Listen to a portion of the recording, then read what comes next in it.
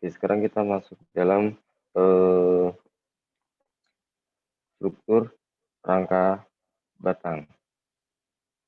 Struktur rangka batang. Nah, di dalam struktur rangka batang ini nanti dapat ditinjau dari yang pertama, misalkan kita bisa menghitungnya, kita memeriksa tentang stabilitas luar, kemudian stabilitas dalam. Nah, di sini dua stabilitas ini kalau misalkan dikatakan statis tertentu itu misalkan ada reaksi di sini saya buat itu adalah R, itu bila R-nya kurang dari 3, maka di sini strukturnya labil. Jadi tidak stabil gitu ya. Selanjutnya adalah jika R-nya itu sama dengan 3, di sini strukturnya akan stabil dan di sini adalah struktur statis tertentu gitu ya. Kemudian kalau misalkan reaksinya lebih dari 3, maka strukturnya di sini adalah tetap stabil, tetapi strukturnya menjadi struktur statis tidak tentu. Begitu ya. Dulu kalau misalkan zaman saya kuliah itu struktur itu dibagi dua. Jadi statika ada, kemudian itu termasuk dalam SST. Tapi struktur statis tak tentu itu juga ada lagi gitu ya, mata kuliah sendiri. Nah, di dalam statika ini kita hanya bisa menyelesaikan struktur statis tertentu gitu. Makanya nanti itu kaitannya sama sendi Gerber. Maka ditambahkan sendi Gerber untuk menjadikan struktur yang statis tak tentu menjadi struktur statis tertentu begitu. Nah, ini untuk memeriksa stabilitas luar. Nah, sekarang bagaimana dengan stabilitas dalamnya? Jadi, statis tertentu dalam itu dikatakan jika saya memiliki M itu sebagai member atau gaya batang, kemudian R itu adalah reaksi tumbuhan, kemudian J adalah join atau titik join. Nah, di dalam struktur seperti ini, misalkan saya di sini menempatkan A, B, C, D, itu saya memiliki joinnya adalah J sama dengan 1, 2, 3, 4. Gitu ya. Kemudian R-nya adalah untuk sendi, reaksinya ada, karena ini posisi sendinya adalah vertikal seperti ini ya, jadi tidak seperti ini.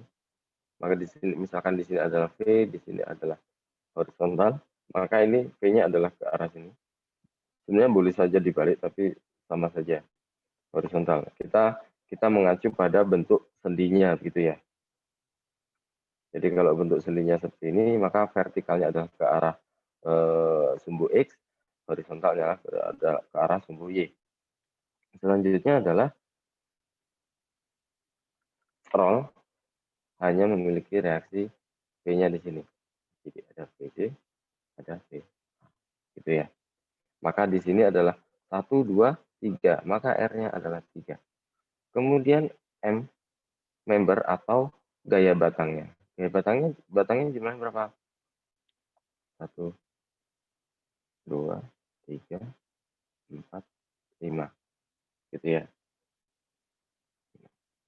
Maka untuk mencapai stabilitas statis tertentu dalam, maka syaratnya di sini adalah M ditambah R sama dengan 2G. M-nya berapa? 5. Kemudian R-nya berapa? 3. Sama dengan 2 kali G-nya berapa? 4. Maka 8 sama dengan 8. Di sini adalah memenuhi SST untuk rangka batang. Gitu ya, struktur statis tertentu. Nah, di sini maka ini selanjutnya kita bisa menghitung gaya dalam dari suatu rangka batang di sini. Gitu. Kemudian, jadi sebelum saya lanjutkan, dulu sempat ada yang bertanya, Pak, kenapa di dalam SRB itu hanya ada gaya aksial, gitu ya. Nah, sekarang saya berikan kepada teman-teman, kenapa bisa muncul hanya dalam gaya aksial. Misalkan di sini adalah garis kerja dari suatu jembatan rangka batang. Misalkan saya buat rangka batang yang atau atap saja, atap yang sederhana saja. Misalkan seperti ini. Nah, di sini adalah garis ini merupakan garis kerja. Di mana kalau garis kerja itu semua pasti berada pada titik berat. Nah, ini tergantung. Kalau misalkan materialnya apa? Materialnya kayu, kotak seperti ini. Maka garis kerjanya ada di titik berat seperti ini. Kalau misalkan itu adalah baja, profil I, maka di mana titik beratnya? Maka bekerjanya di sini. Kemudian kalau misalkan profil bajanya adalah L, gitu. Di mana garis kerjanya? Adalah di sini. Jadi kalau misalkan posisinya di XD-nya adalah di sini, tetapi posisi titik beratnya adalah di sini, seperti itu ya. Maka kalau misalkan rangka atap ini itu adalah misalkan dari kayu, kenapa hanya muncul gaya aksial saja? Karena apa? Kayu ini kalau misalkan di dalam rangka batang ini harus dibentuk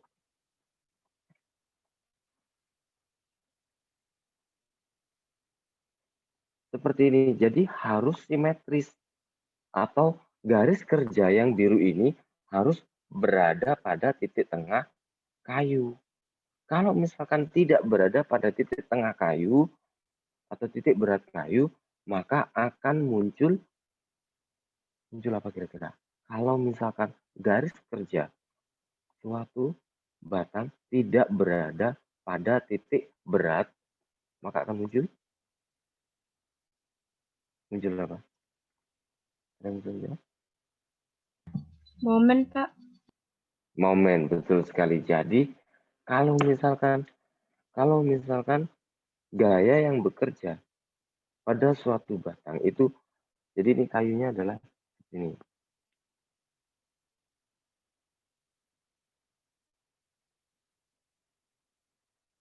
Bentuknya set, tapi apa namanya, garis kerja yang biru ini harus ketemu di suatu titik. Titik berat itu juga harus bertemu di titik berat suatu penampang. Kalau misalkan yang ini, yang bawah ini saya buat dia adalah yang di bawah, misalkan seperti ini.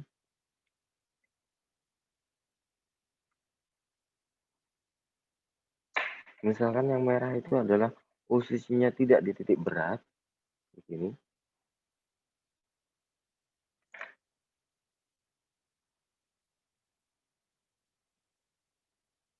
Misalkan yang atas ini tetap sama, misalkan gitu ya.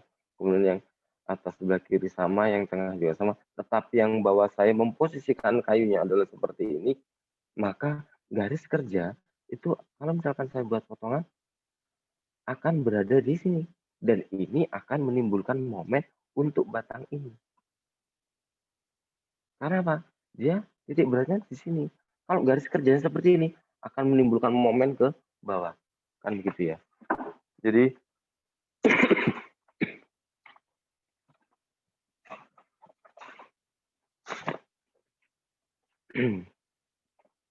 Kalau misal karena gaya dalam rangka batang itu semua bekerja pada penampangnya begitu. Jadi kalau misalkan gayanya adalah tepat pada titik berat, misalkan titik beratnya itu adalah di sini, misalkan gitu ya, maka dia tidak akan muncul momen karena tertekan atau tertarik, semua penampang ini akan mengalami hal yang sama, semua tarik atau semua tekan. Nah, kecuali kalau misalkan gaya tersebut berada di atas. Nah, teman-teman coba lihat, kalau misalkan gaya di atas begini, nah, yang sisi atas akan mengalami tekan, yang sisi bawah akan mengalami tarik. Begitu kan ya. Jadi yang sisi atas akan ke sana, yang sisi bawah akan ke atas. Jadi sisi atas akan turun ke bawah, yang sisi bawah ini akan turun ke atas. Itu akibatnya akan muncul momen. Nah, di dalam statika ini tidak dikehendaki seperti itu.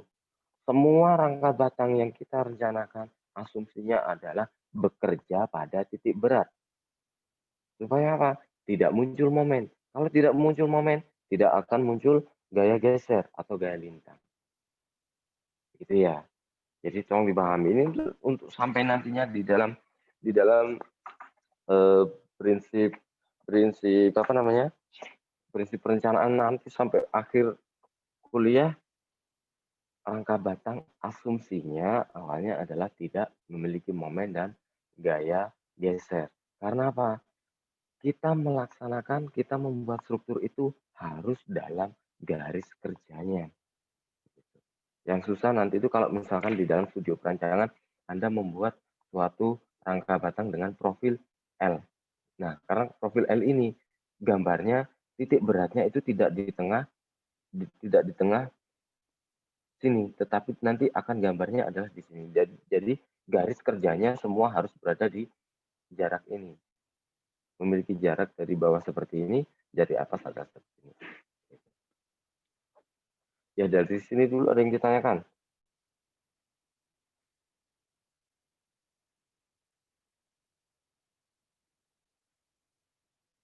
Saya lanjutkan ya.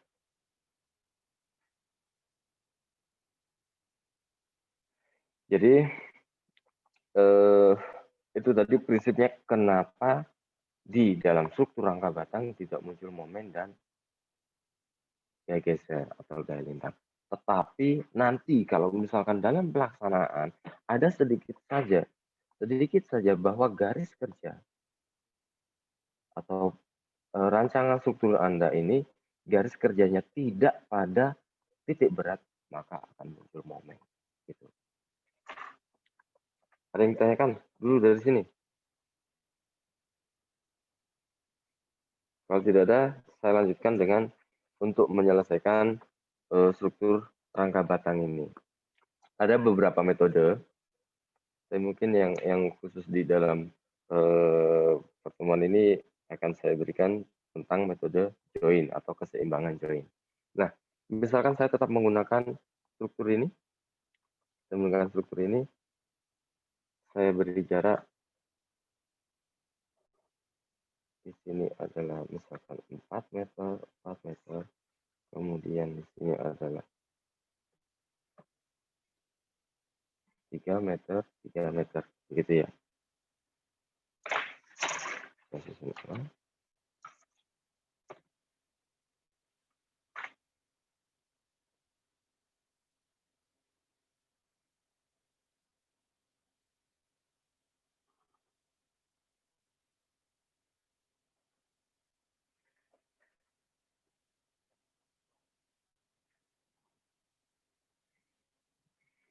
Satu, dua, tiga. Nomornya 5 ya betul. 5. Kemudian tumpuannya adalah seperti ini sendirinya. Kemudian di sini adalah rod. Misalkan di sini bebannya adalah T 100 kg, di sini juga T 100 kg, T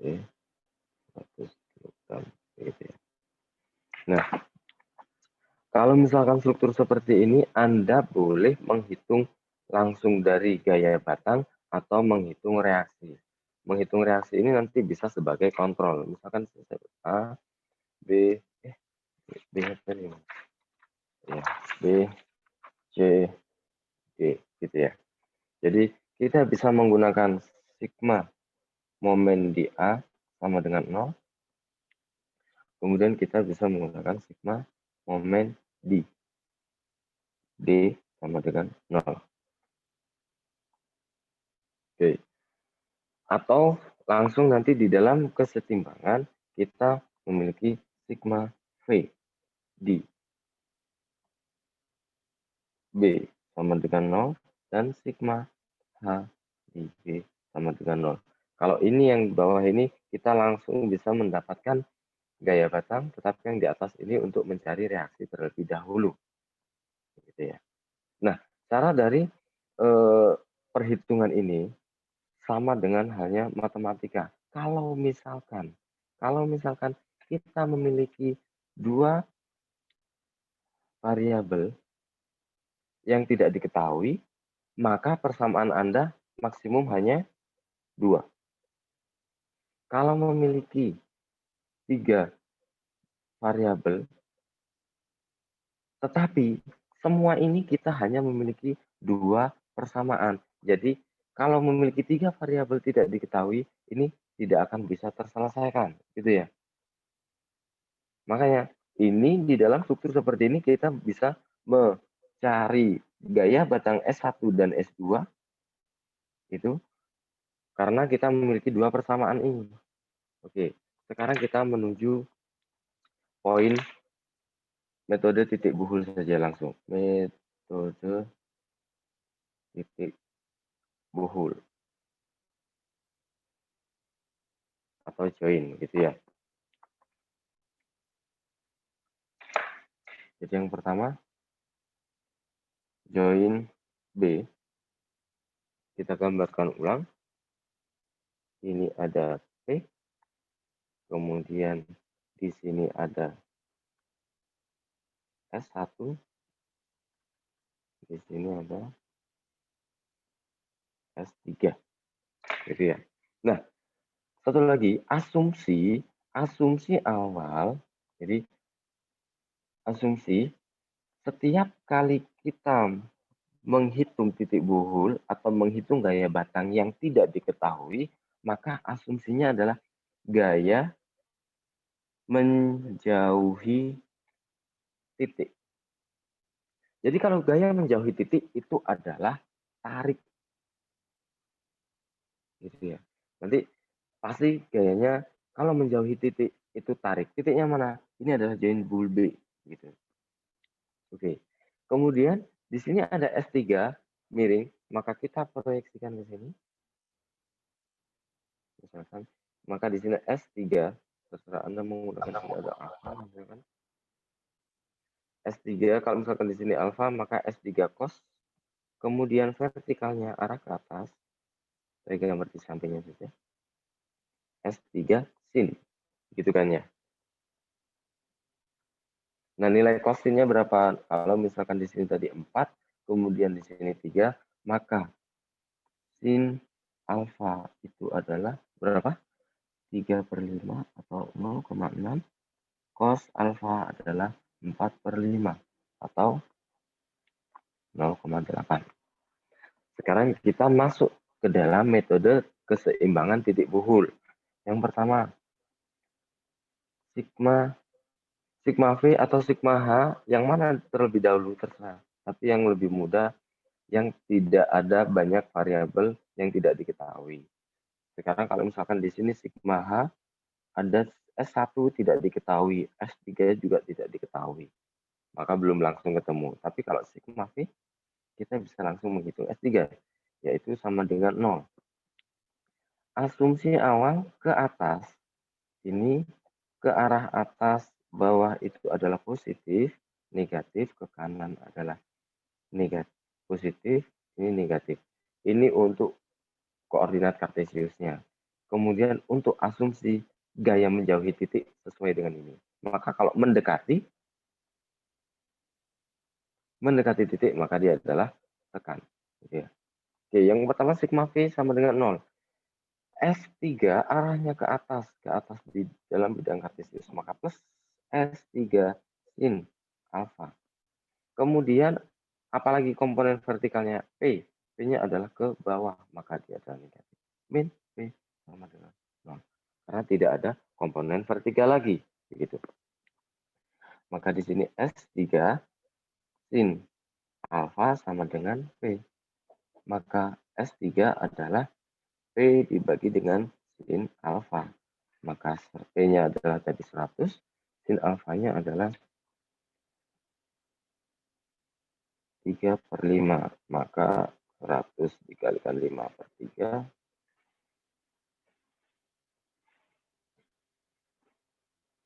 500/3. Gitu ya.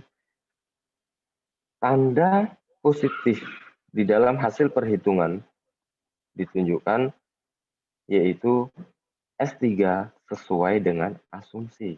Maka S3-nya di sini adalah kilogram tarik. Nah, kita sudah memiliki nilai S3. Selanjutnya, sigma H sama dengan 0. S1 arahnya adalah ke kiri, maka min S1. Kemudian S3 diproyeksikannya juga arahnya ke kiri, min S3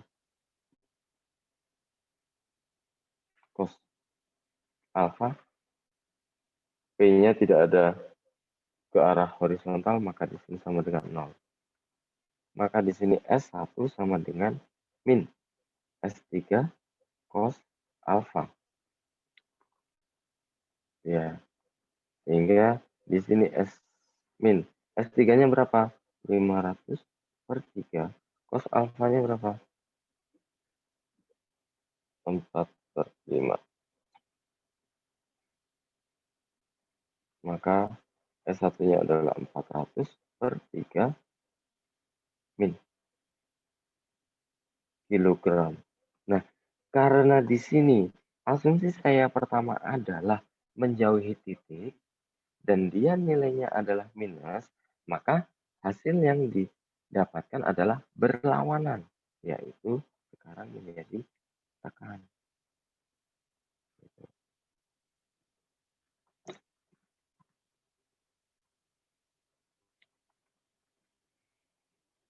Dari sini ada yang ditanyakan dulu?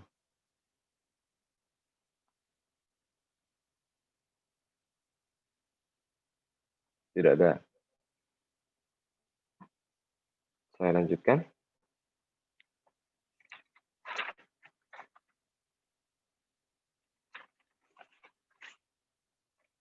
Dengan join. Nah, untuk memilih join ini, S1 sudah ketemu. Kemudian S3 sudah ketemu. Nah, kalau misalkan saya beralih ke join A, di sini saya tadi belum menghitung reaksi. Jadi di sini seharusnya nanti ada VA, kan begitu ya. Jadi ini belum ketahui, ini belum diketahui, ini juga belum diketahui. Sedangkan saya hanya memiliki 2 persamaan. Maka kemungkinan, bukan kemungkinan lagi, kalau misalkan saya menuju join A dengan kesetimbangan titik buhul, tidak akan ketemu S2, S4, VA karena hanya memiliki 2 persamaan, tetapi variabel yang belum diketahui adalah 3. Maka saya akan menuju titik C. Titik C bagaimana? S3 tahu. Yang tidak diketahui hanya S2 dan S5. Gitu ya. Selanjutnya kita menuju ke titik C.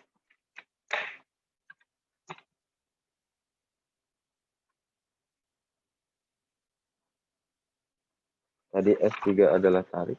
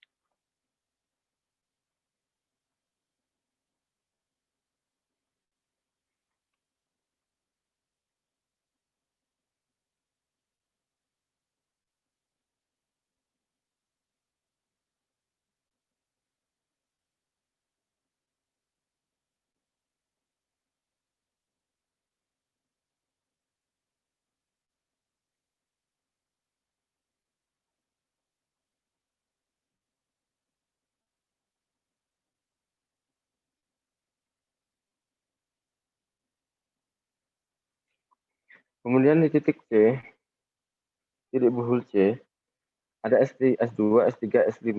Maka masing-masing karena posisinya adalah seperti ini. Kita proyeksikan ke suhu X, Y, begitu ya. Makanya S2 kita proyeksikan S2 sin dan S2 cos, kemudian S3 juga sama, S3 sin, S3 cos, S5 juga begitu ya, S5 sin dan S5 cos. Nah, selanjutnya meskipun di sini terlihat banyak begitu yang tidak diketahui, tetapi kita tidak mengetahui dua variabel S2 dan S5, kemudian kita juga punya dua persamaan. Maka di sini tetap kita bisa selesaikan. Yang pertama adalah sigma V sama dengan 0. Komponen sigma V sama dengan 0 apa saja? Yaitu ke arah atas S5 sin alfa dikurangi S2 sin alfa dikurangi S3 sin alfa. Nah, transisi dari titik buhul B ke C, kita lihat S3-nya tadi apa? S3-nya adalah tarik ya. Jadi tarik tadi apa? Gaya menjauhi titik. Pada saat di titik buhul B, gayanya menjauhi titik. Pada saat di titik C pula, karena dia tarik, maka dia adalah menjauhi titik. Gitu ya. Oke. Jadi tetap ini menjauhi titik untuk tarik tekannya. Mari kita selesaikan. S5 komponen vertikalnya S5 sin, S2 sin, S3 sin. Tidak. Oh, ada komponen vertikal lagi. P 100 min P sama dengan 0. Gitu ya. Di sini yang kita tidak tahu adalah S5 dan S2. Gitu. S5-nya adalah sinnya 0,6. Maka S5 dikalikan 0,6 dikurangi S2 dikalikan 0,6. Ini saya pindah ruas sama dengan 100 untuk P-nya. S3-nya adalah 500 per 3. 500 per 3. Sinnya berapa? 3 per 5. Kalau nggak salah ya. Ya, 0,6. Maka di sini adalah S5 dikali 0,6 dikurangi S2 dikali 0,6 sama dengan ini kita coret 100, ini min ini plus, maka 100 ditambah 100 dengan 200. Ini S5 dan S2 belum diketahui. Kita lanjutkan dengan sigma H sama dengan 0. Komponennya apa saja? Ke arah kanan. S3 cos alfa dikurangi S5 cos alfa dikurangi S2 cos alfa sama dengan 0.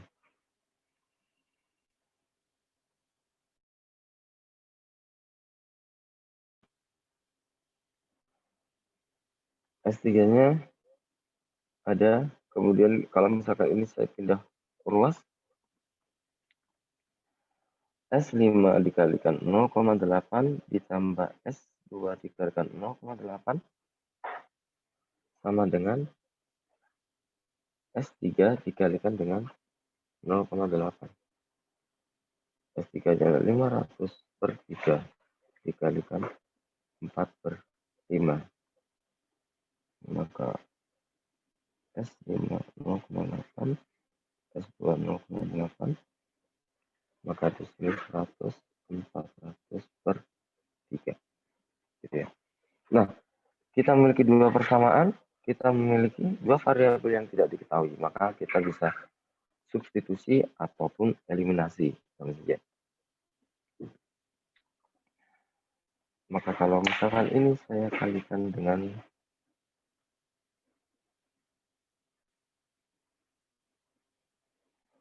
0,8 atau 4 per 5, gitu. Yang ini saya kalikan dengan 3 per 5. Saya susun di sini. Yang pertama,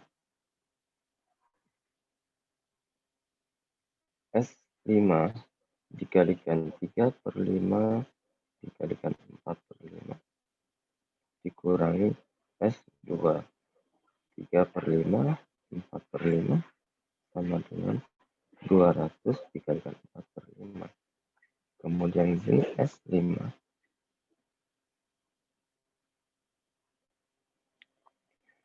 dikalikan 4/5 3/5 ditambah S2 dikalikan dengan 4/5 3/5 sama dengan 400/3 dikalikan 3/5 ya. Maka ini persamaan 2. Kemudian untuk mengeliminasi boleh saya kurangkan untuk menghilangi S5 atau boleh saya tambahkan untuk menghilangi S3. Nah, seperti itu ya. Kalau saya kurangkan saja, maka di sini adalah habis. Maka di sini ini dikurang. Maka ini S2 dikali dengan 12/25 dikurangi S2